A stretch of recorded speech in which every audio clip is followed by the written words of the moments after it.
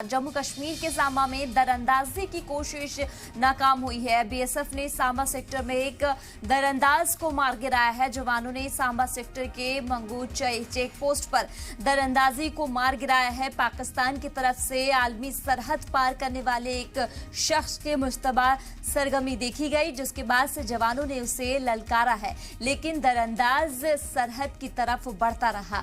जवानों ने उस पर फायरिंग कर उसे मार गिराया है। तो ये बड़ी कामयाबी मिलती हुई नजर आ रही है बीएसएफ की तरफ से। जम्मू कश्मीर के सांबा की ये बड़ी खबर, दरअंदाजी की कोशिश नाकाम होती हुई नजर आई है। जवानों ने सांबा सेक्टर के मंगू चेक पोस्ट पर दरअंदाज को मार गिराया है। तो बीएसएफ ने सांबा सेक्टर में एक दरअंदाज को मार गिराया है। जम्मू कश्मीर के सांबा में दरअंदाजी की कोशिश नाकाम हुई है।